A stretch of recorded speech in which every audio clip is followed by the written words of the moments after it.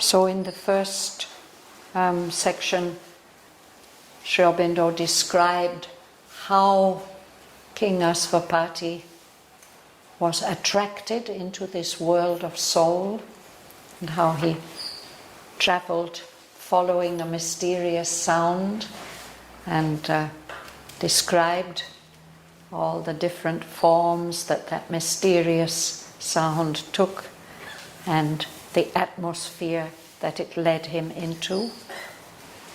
And then in the second section he gave us a more detailed description of this world into which he enters, a world of direct contact. And now he's going to tell us about what King Asvapati meets and experiences there in that world.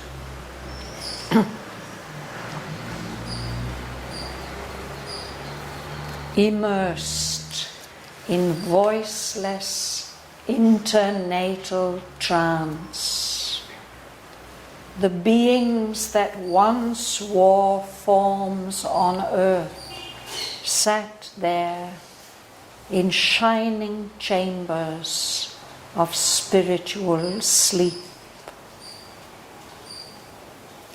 Past were the pillar posts of birth and death.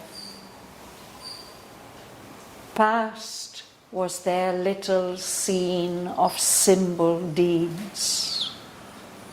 Past were the heavens and hells of their long road. They had returned into the world's deep soul. All now was gathered into pregnant rest. Person and nature suffered a slumber change. In trance, they gathered back their bygone selves. In a background memories, foreseeing muse, prophetic of new personality, arranged the map of their coming destiny's course. Heirs of their past, their future's discoverers, electors of their own self-chosen lot, they waited for the adventure of new life. A person persistent through the lapse of worlds, although the same forever in many shapes by the outward mind unrecognizable, assuming names unknown in unknown climes, imprints through time upon the earth's worn page, a growing figure of its secret self, and learns by experience what the spirit knew, till it can see its truth alive and God.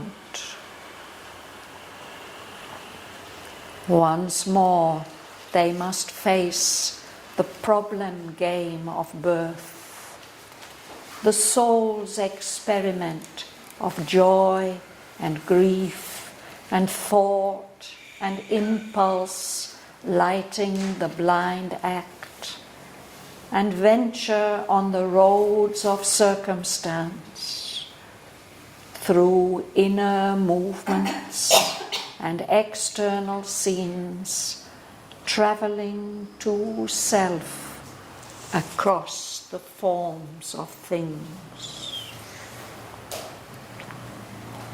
Into creation's center he had come.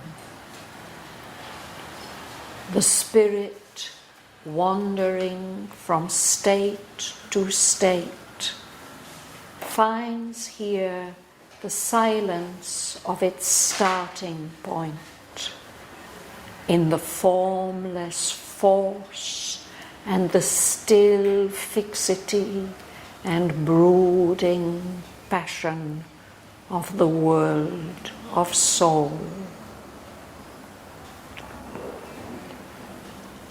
All that is made and once again unmade, the calm, persistent vision of the One inevitably remakes. It lives anew. Forces and lives and beings and ideas are taken into the stillness for a while. There they remold their purpose and their drift, recast their nature and reform their shape. Ever they change, and changing ever grow, and passing through a fruitful stage of death, and after long reconstituting sleep, resume their place in the process of the gods, until their work in cosmic time is done.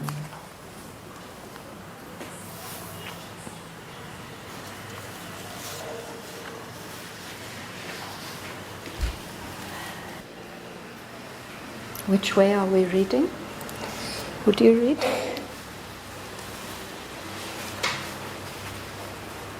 Masked in voiceless international trance, the beings that once were forms on earth sat there in shining chambers of spiritual sleep. So this word immersed, it means soaking in. If you can put some cloth in water, immerse it. But we use it in a psychological sense also. If you are very deeply, inwardly concentrated, you're immersed in yourself or in your thoughts. Soaking in them, not turned outwards. So here, the beings are immersed in voiceless, internatal trance. This word internatal, it means between births. Between? Births. Yes? So between one birth, between one life and the next, they have this time of inner ingathering, this internatal trance. These beings that once wore forms on earth, like you and me. So comes a time when we have to leave these forms. The physical forms disintegrate, the subtle life forms disintegrate, eventually even the mental forms disintegrate, and then the soul can fall into this voiceless internatal trance in the world of soul. And it seems as if each of them has a special chamber for sleeping in shining chambers of spiritual sleep. So this is not a time for relating or interconnecting with other beings. This is a time when the soul is drawn back into itself.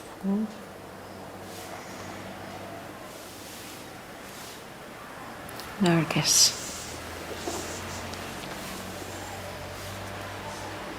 Past were the pillar posts of birth and death. Past was a little scene of symbol deeds. Past were the heavens and hells of their long road. They had returned into the world's deep soul. So, birth and death are just like gates that you pass through, pillar posts, no? And while we are here on earth, we play out our part in the drama. Each of us has our little scene of symbol deeds. All the things that we do here have some deeper meaning that we are not aware of. And on the soul's journey, it passes through wonderful higher worlds, and it may have to pass through very terrible vital worlds also, the heavens and the hells. It's all part of the soul's experience. But now for a time, all those things are behind it. These beings, they've returned into the world's deep soul. They are there in that center of things. Do you like to read? You could read the next 2 lines, please. They have returned into the world's deep soul. All now was gathered into pronounced rest.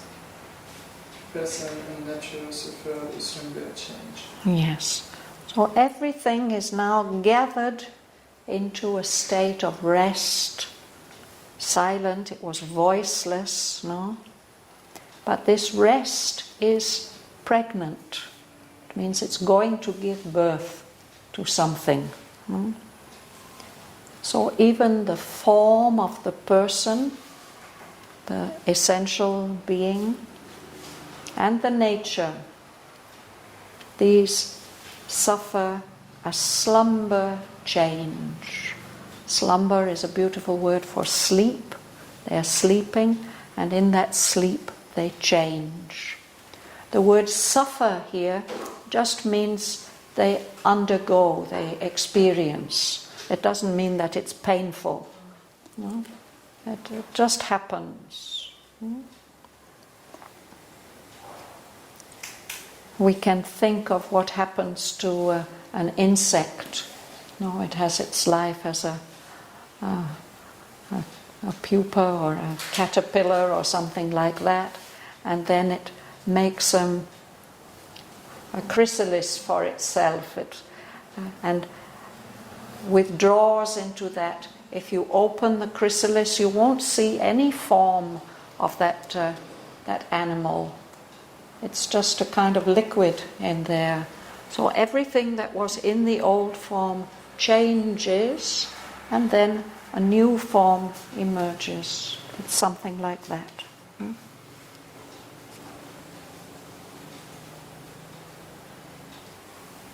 Verbal, would you read, please? In trance they gather back their begone selves. In the background, memories foreseen news, prophetic of new personality, arrange the map of their coming destiny's course. Thank you. So in this trance, in this internatal trance, they gather all the experiences of their bygone lives, the life that they have passed through. And they are in a state of, it's very interesting how he puts it, in a background memories, foreseeing muse. So muse, it's that state of trance, of indrawn consciousness. There's a memory behind, a background memory of everything that has been experienced. But this muse is also foreseeing, it's looking forward to what will be. So it is prophetic of new personality. It's shaping what will come in the future. So these beings, they are arranging the map of their coming destiny's course. So what will happen to them in their next life, maybe in several lives ahead, is prepared in that internatal trance, on the basis of the past experiences, on the basis of what the soul feels it needs to do next. They prepare the map, the general outline of the journey that they will take in their next birth, their coming destiny's course. Prasuna. Trace of their past, their future discoveries. Electors of their own self-chosen law. They waited for the adventure of new life. So an heir, it's somebody who inherits something. No? Somebody in your family dies and you inherit whatever it is. So they are inheriting something from their past, heirs of their past. And they are beginning to discover what their future will be. And they are electors.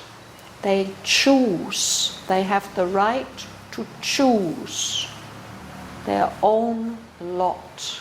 What will be their fate, what will be their position in life, what kind of family they will be born into, all these things.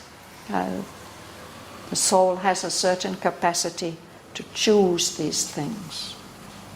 This word, elector, somebody who's elected is a person who's chosen. The people who choose him are the electors. And of course it used to be that not everybody could vote. So there were certain privileged people who had the right to elect, to choose who the emperor would be. The soul has that right to choose.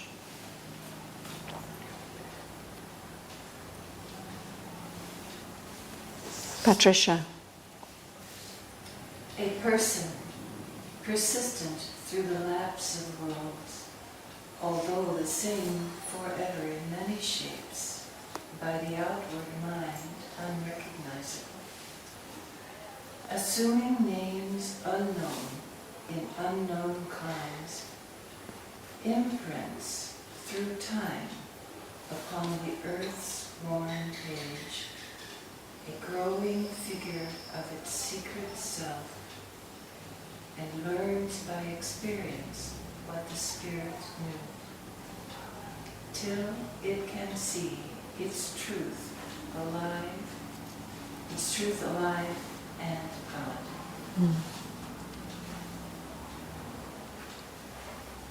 So there is a person with a capital P, who is persistent, who continues, even though the worlds that that person passes through may fall and collapse. Here he uses the word lapse, to fall, to crumble. The person persists. Although it's the same forever, it persists in many different shapes that are not recognizable by the outward mind. The outward mind doesn't recognize that all these different shapes can be forms of the same person.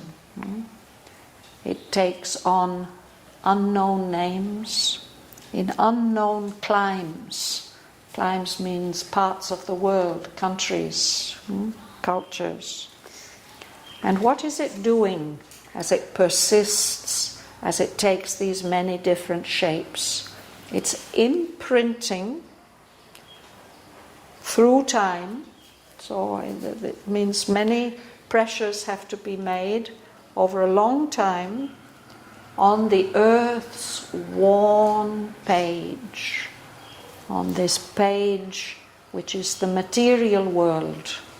All kinds of things have happened to this page that's maybe creased and stained and so on.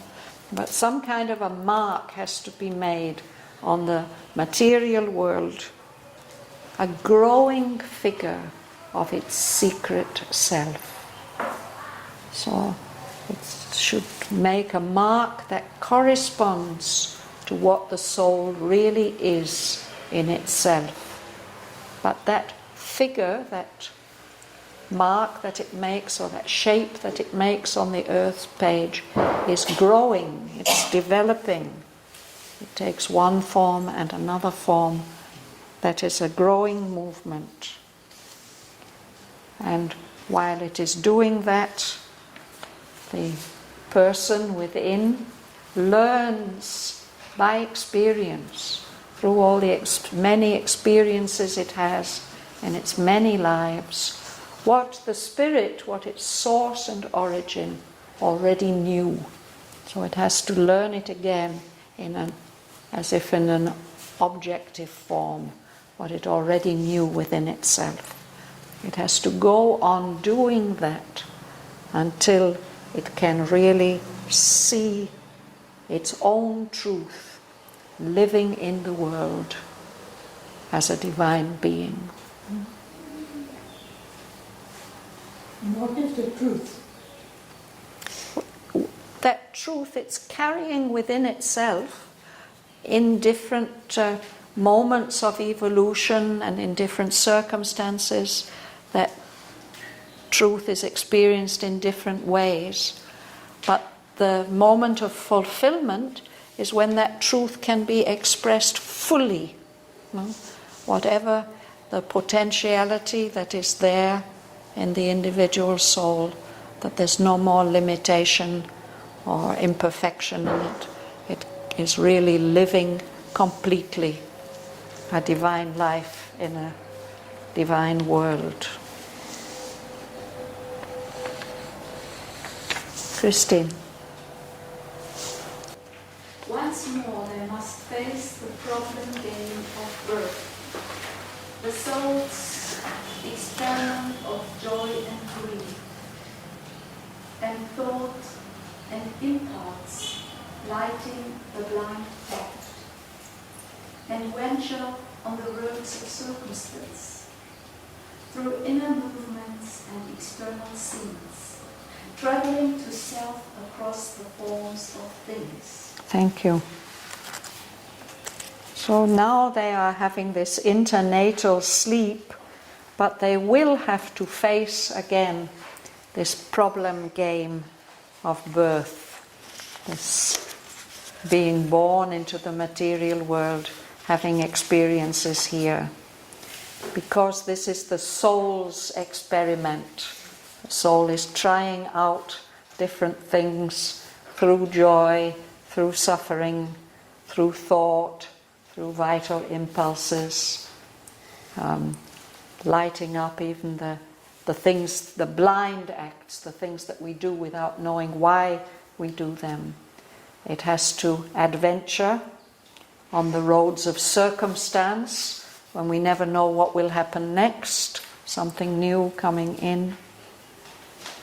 And it is adventuring through inner movements and through external scenes, through things that are outside in the objective world. But all the time it's traveling to self, to find its own true self in its full form. It's traveling across these many different changing forms of things. In the creation center he had come, the speech wandering from state to state, finds for the silence of the starting point into the form which force and the steel of fixity. One more line. Yes, one. and growing passion of the world of soul. Thank you. So this is King Asvapati. He had come into creation's center. So in this place, this center of creation, is where the spirit, which wanders from one state of existence to another, finds the silence of its starting point. Where has it set out from?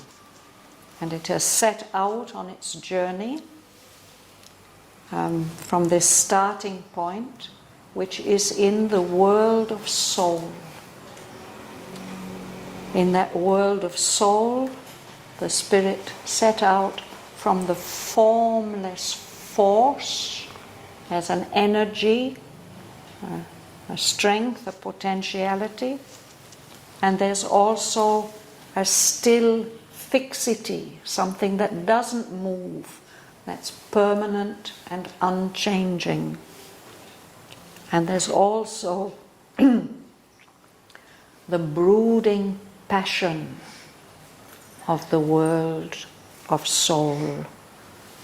Passion meaning intensity. And this intensity of that formless force and that still fixity is brooding. Again, it's implying that it's going to give birth to something. Brooding is when we are in a state of being indrawn within ourselves, but something is preparing to come out, to be born. Finds here means the world soul. It finds here in this center of creation. Here means center of creation. Yes. Then there's a long, absolutely marvelous sentence. You can read it, Eve. All that is made at once again unmade, the calm, persistent vision of the One, inevitably remakes its life anew. It lives anew. It lives anew. Forces on these. And here it is lives. Lives, lives and beings and ideas are taken into the stillness for a while. There they removed their purpose and their drift, recast their nature and reform their shape. Yes, thank you. So this is one of those marvelous passages in Savitri that we should interiorize and always remember. Everything that is made must necessarily be unmade. Anything that's made is bound to disintegrate. It will be unmade. But he's telling us that the calm, persistent vision of the One inevitably remakes it. So all these forms that come into existence and go out of existence, they are representations of something that will be remade. It will be re-expressed, perhaps in a different form. Inevitably remakes. So those things live anew. And they are remade by the calm, persistent vision of the One. The one reality, the one truth remakes them because it sees them. It's by its vision that things get remade. Forces, energies, and lives, and beings, and ideas are taken into the stillness for a while, into that stillness of the soul of the world. We can say it's a death, it's a disintegration, But there they remold, they reshape their purpose and their drift, the direction that they're going in. They recast their nature. If you have a piece of metal in the form of a little figurine, if you heat it up enough, you can melt it and cast it into a new shape. So something like that is happening in that center of creation, in that world soul. They recast their nature and reform their shape. That's why we don't recognize them. The mind doesn't recognize them in that new form. But it's the same force or being or idea. It's taken into the stillness for a while, and then it prepares its new expression. Joel. Ever they change, and changing ever grow, and passing through a fruitful stage of death, and after long reconstituting sleep, resume their place in the process of the gods, until their work in cosmic time is done.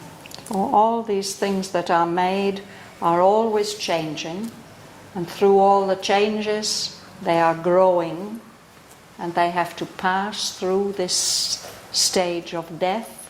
He says it's a fruitful stage of death, like a seed lying in the ground. You don't know whether it's going to sprout again or not. Up comes something new in this long reconstituting sleep. When something is reconstituted, it's in one form and then it comes in another form, just like that chrysalis that I spoke about before. There's that sleep in which everything gets changed, this slumber change. So when that process is over, they again take their place in the process of the gods, this world where the cosmic powers are at work. Again, the beings, the lives, they have to come back, take their place in that play, in that process, and they go on doing that again and again and again until their work in cosmic time is done, until they reach their fulfillment.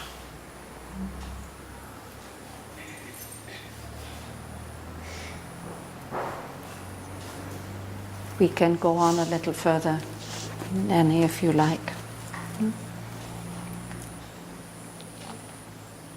Danny? Here was the fashioning chamber of the worlds. An interval was left twixt act and act, twixt birth and birth, twixt dream and waking dream. A pause that gave new strength to do and be. Thank you. So the fashioning chamber, fashioning, shaping and making. This is the room where things get made.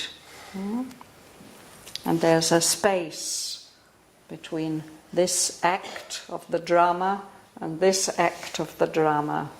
A space between one birth and another birth. One dream and another dream. There are these lives that we dream. There are also the subtle states. This space, this interval, is a pause, a time of rest that gave new strength to do and be. That's the purpose of this internatal stage. Ramchandran, you'd like to read? Beyond, we are vision of delight and peace, new birthplace of light and hope and love, and cradles of heavenly rapture and hope. Yes. So that's stop at the full stop. Yes. So even beyond this, where this state that he's come into, this center, which is an interval, beyond that he can see, King Asvapati can see other realms, other regions of delight and peace.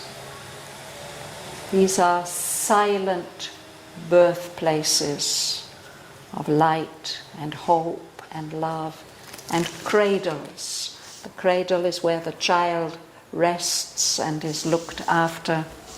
Cradles of heavenly rapture, intense delight, and repose and rest.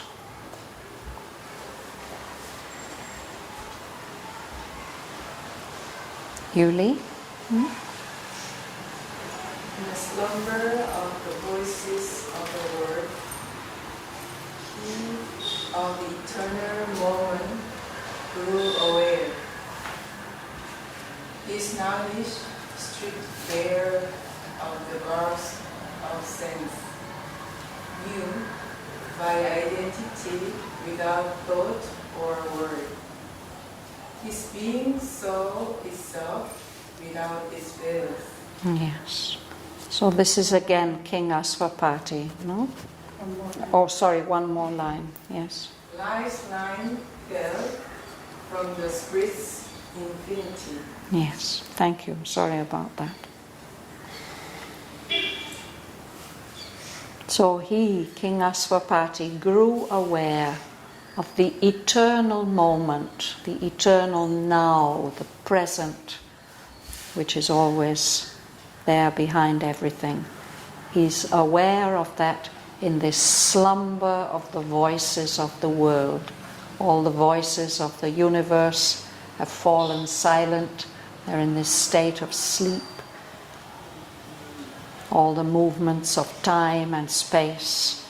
He grows aware of the eternal moment. And in that eternal moment, he's in a state of knowledge. He knows. He doesn't need any more any covering of senses. He doesn't need the senses to interact with the world. He knows directly. He knew by identity.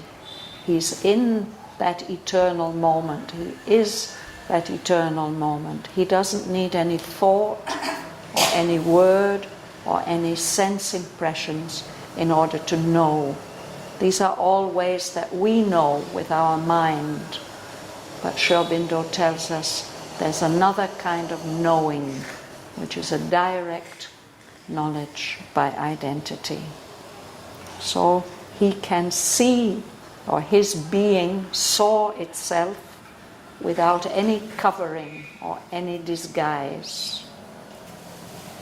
And this line of life, the horizon, or the two-dimensional line of life, falls away. Instead he experiences the infinity of the spirit without any limit. You'd like to read, Prema? Yes. Along a road of pure interior light, alone between tremendous presence, under the watching eyes of nameless gods, his soul passed on a single conscious power towards the end, which ever being again, approaching through a stillness dumb and calm, to the source of all things human and divine. Yes.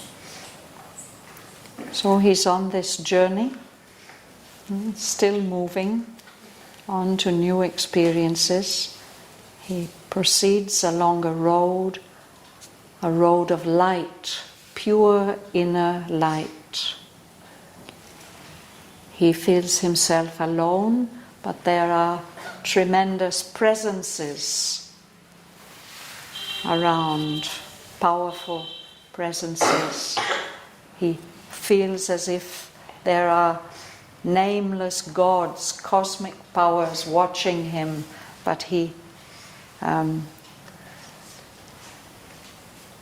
his soul passes on this single conscious power, and he's moving on towards the end, and that end always begins again. It's not a full stop, it's a passage to something that moves again.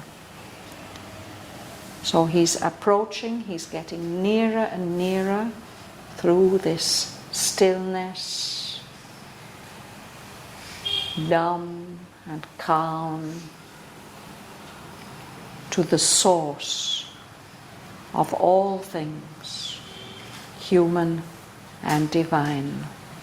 This is where, towards the point, or the measureless point where everything begins.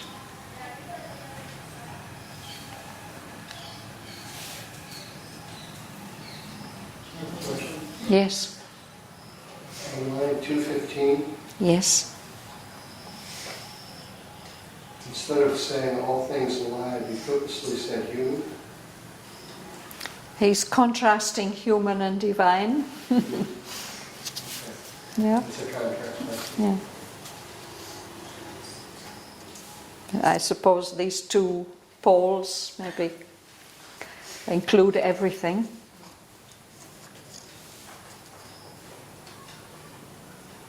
Martin. There he beheld in their mighty union's poise the figure of the deathless two in one, the single being in two bodies clasped, a deity of two united souls, seated absorbed in deep creative joy. Their trance of bliss sustained the mobile world.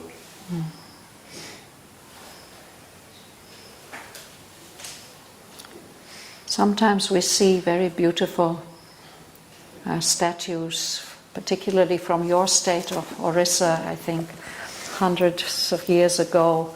They have made beautiful images of this deathless two in one, the Shiva and the Shakti, in their mighty union's poise, no? The figure of the deathless two in one, two aspects of the divine being, the essence of being, and the dynamic expressive. A single being in two bodies clasped, they're embracing. A diarchy of two united souls. A diarchy, it means two rulers. They are of equal status. It's not that one of those beings rules the other. It is Ishvara and Ishwari. They are of equal status. Seated, absorbed in deep creative joy. So they are absorbed in each other, and that union of theirs is creative. It's giving rise to everything, human and divine. Their trance of bliss, their ecstasy is supporting the whole mobile world, the whole universe of movement.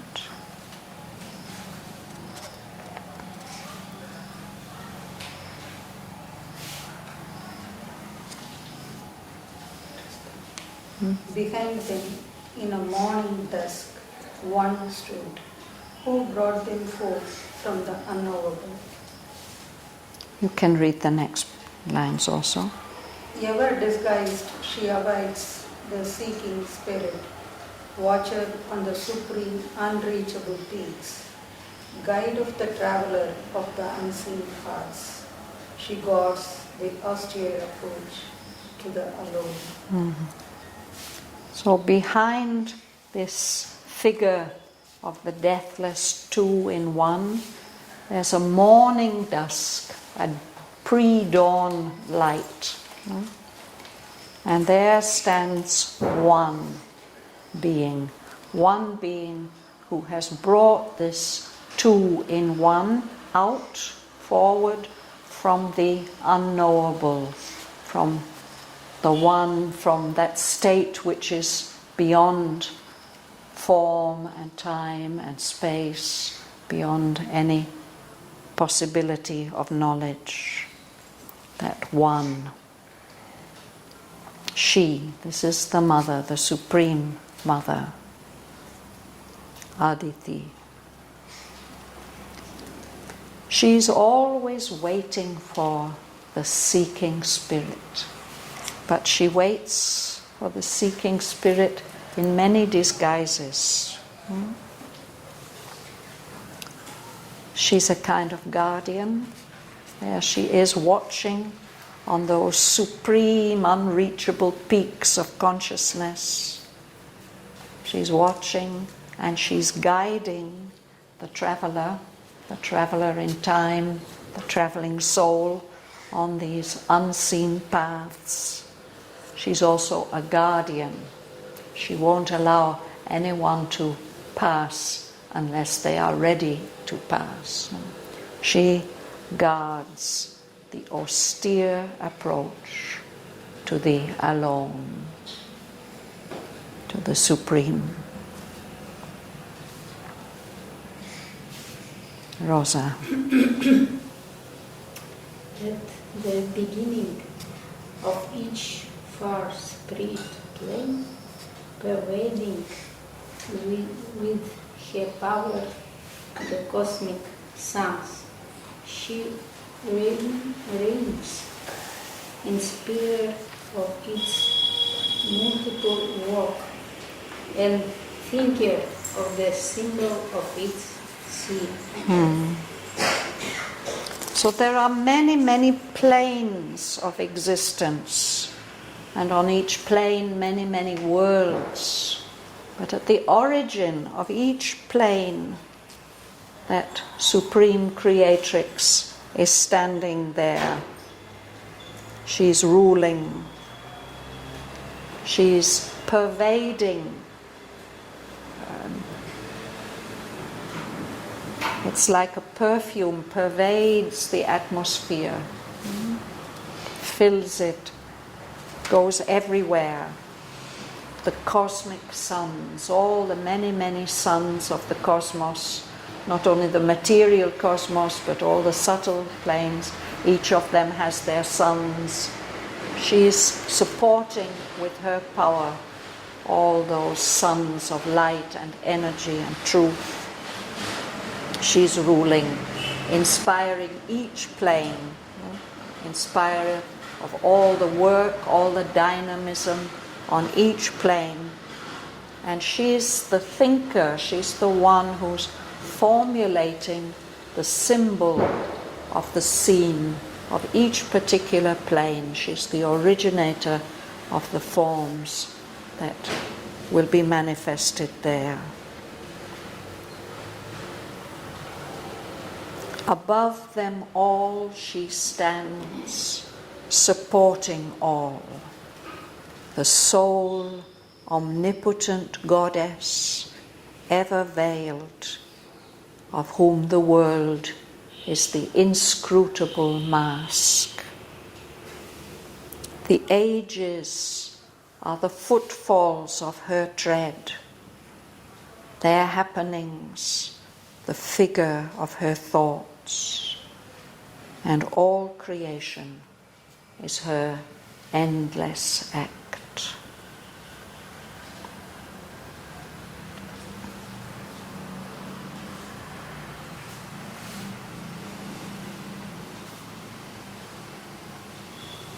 I think that sentence is very, very clear. I don't have to explain anything. No? Inscrutable, it means difficult to read. We We don't understand the world when we see its mask.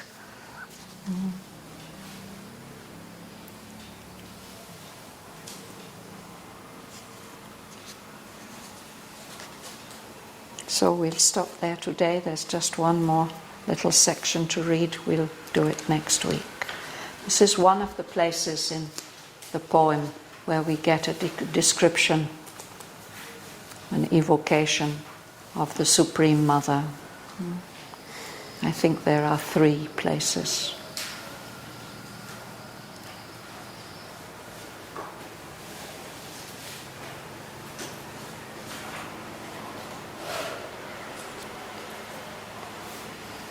And this is the first time that King Asvapati encounters her like that.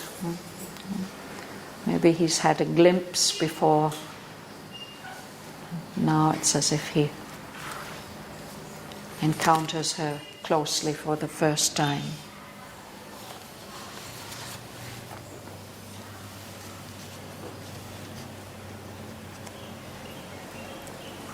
Anybody would like to ask anything? Yes, you. Sons. Sons. Why sons? Yes, well, for us in our solar system, our one sun is the source of all light, all energy. Nothing would exist, even all substance. No? So nothing would exist without our sun.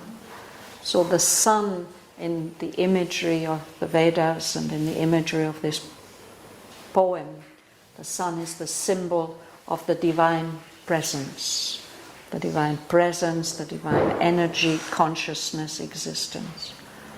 So each of those planes has its sun or suns, its form of the Supreme, which is ruling and energizing that particular plane. So different planes and various planes, so each has its sun or yes, and it is her power that is pervading all those suns. Yeah. Yes.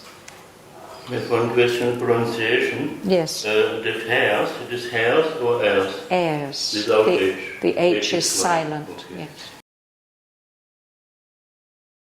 Immersed in voiceless internatal trance, the beings that once wore forms on earth sat there, in shining chambers of spiritual sleep.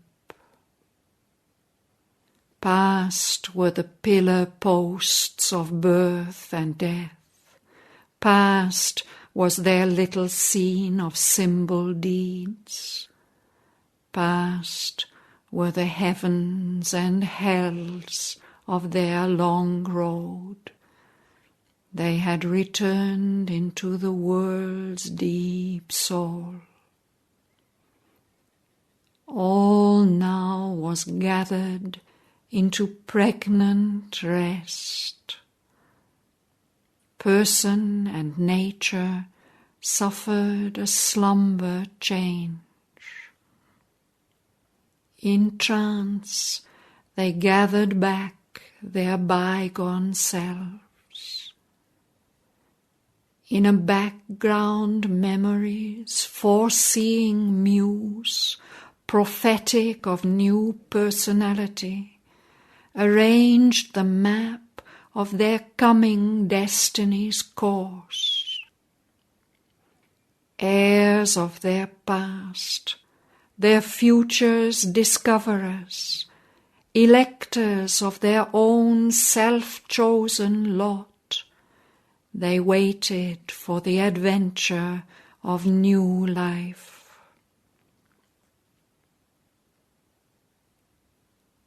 A person persistent through the lapse of worlds, although the same forever in many shapes by the outward mind unrecognizable, assuming names unknown in unknown climes, imprints through time upon the earth's worn page a growing figure of its secret self, and learns by experience what the spirit knew, till it can see its truth alive and God. Once more they must face the problem game of birth, the soul's experiment of joy and grief, and thought and impulse lighting the blind act, and venture on the roads of circumstance, through inner movements and external scenes, travelling to self across the forms of things. Into creation's centre he had come.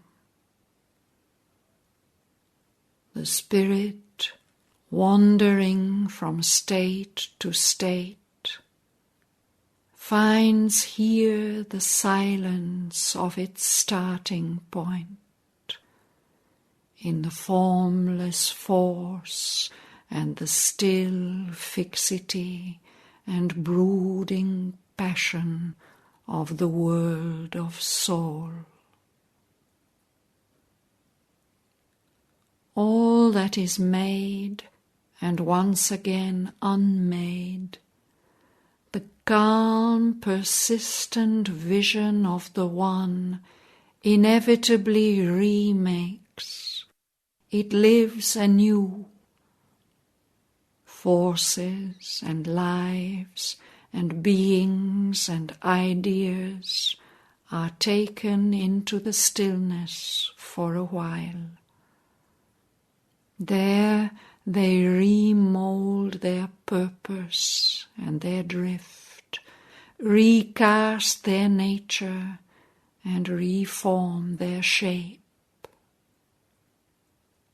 Ever they change, and changing ever grow, and passing through a fruitful stage of death, and after long reconstituting sleep, resume their place in the process of the gods, until their work in cosmic time is done.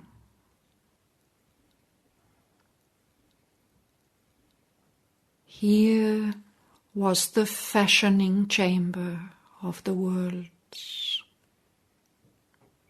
An interval was left twixt act and act, twixt birth and birth, twixt dream and waking dream. A pause that gave new strength to do and be. Beyond were regions of delight and peace, mute birthplaces of light and hope and love, and cradles of heavenly rapture and repose.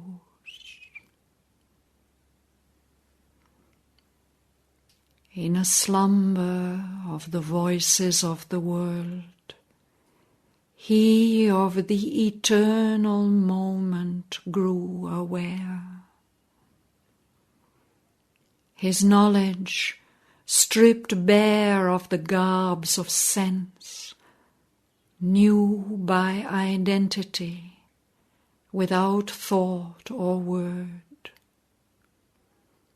His being saw itself without its veils. Life's line fell from the Spirit's infinity. Along a road of pure interior light, alone between tremendous presences, under the watching eyes of nameless gods, his soul passed on, a single conscious power, towards the end which ever begins again, approaching through a stillness dumb and calm, to the source of all things, human and divine.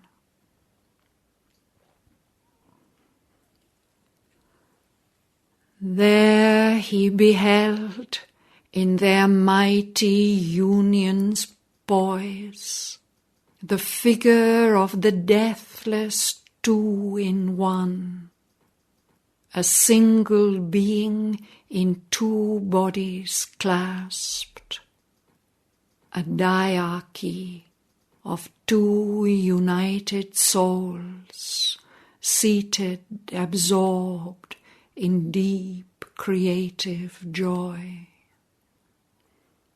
Their trance of bliss sustained the mobile world.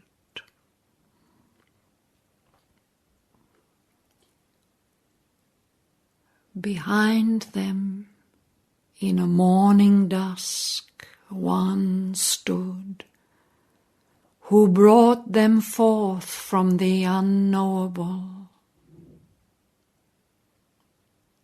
Ever disguised, she awaits the seeking spirit.